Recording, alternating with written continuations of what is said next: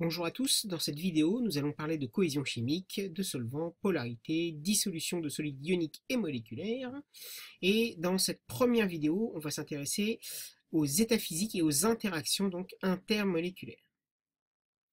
Alors, les états physiques, vous les connaissez depuis la cinquième, l'état gazeux, l'état liquide et l'état solide.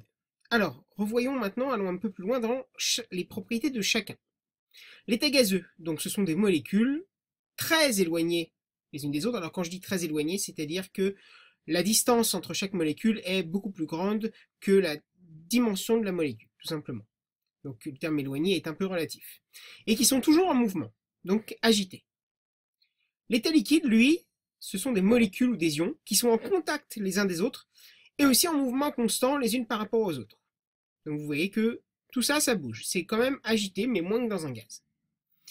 Et l'état solide, ce sont des molécules ou des ions en contact les uns des autres, dans un empilement régulier et en vibration constante autour de leur position d'équilibre.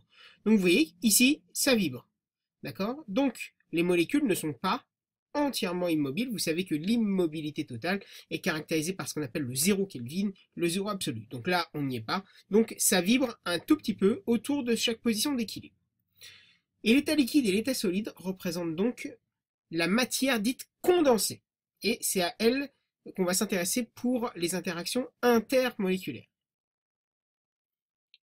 Alors, un solide ionique, c'est ce qu'on appelle un cristal aussi ionique, vous en avez entendu parler, c'est un empilement compact et régulier d'ions, de cations et d'anions, donc d'ions positifs et d'ions négatifs, et globalement, le cristal est neutre. Et un solide moléculaire, c'est simplement un empilement compact et régulier de molécules. Typiquement, un solide ionique, ça peut être du chlorure de sodium, solide NaCl, qui est constitué d'ions Na+, donc d'ions sodium, et d'ions Cl-, des ions chlorure. Le diode, par exemple I2, ou la glace, sont des solides moléculaires.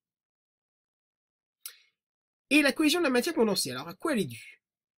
Elle est due aux interactions intermoléculaires, donc les interactions, on les a vues dans le chapitre précédent, et c'est ce qui assure la cohésion de cette matière condensée. À l'état solide, on a des interactions dites attractives qui maintiennent les ions et les molécules au contact les unes des autres. Donc elles ont une masse, donc elles s'attirent les unes avec les autres. Elles sont attractives. Pareil, alors, il y a des interactions attractives qui peuvent être dues aussi aux interactions électrostatiques, à partir du moment où des charges sont de signes opposés. D'accord, vous savez que une charge positive et une charge négative vont s'attirer. Donc un cation et un anion vont s'attirer. Par contre, il y a aussi des interactions dites répulsives, donc entre deux cations ou entre deux anions. Et ça va imposer la structure d'empilement, un petit peu. Un empilement bien spécifique et régulier. À l'état gazeux, les interactions entre elles sont presque inexistantes. Pourquoi? Parce que les molécules sont trop éloignées les unes des autres pour qu'elles puissent être significatives. Et ça a une signification au niveau de la température de changement d'état et les interactions. Voyons, typiquement, les températures de fusion et d'ébullition. Donc, vous vous souvenez, température de fusion de l'état solide à l'état liquide, et la température d'ébullition de l'état liquide à l'état gazeux. Tout ça, tout va bien. Intéressons-nous tout d'abord aux solides moléculaires. Donc, vous voyez que ici vous avez des molécules d'eau qui sont reliées entre elles par ce qu'on va appeler des liaisons hydrogènes, ça on le reverra un petit peu plus tard dans le chapitre. Et ici vous avez donc du dichlore. Donc l'eau, vous savez qu'elle fond, la glace fond à 0 degré et l'eau bout à 100 degrés. Le dichlore, à une température par exemple de moins 150 degrés, il sera solide. Et il fond à moins 101 degrés. La température d'ébullition, donc, le dichlore devient gazeux à moins 34 degrés. Donc c'est pour ça que le dichlore est un gaz à température ambiante. Regardons maintenant les solides ioniques. Vous avez des températures de fusion et d'ébullition qui sont largement supérieures à celles de solides moléculaires.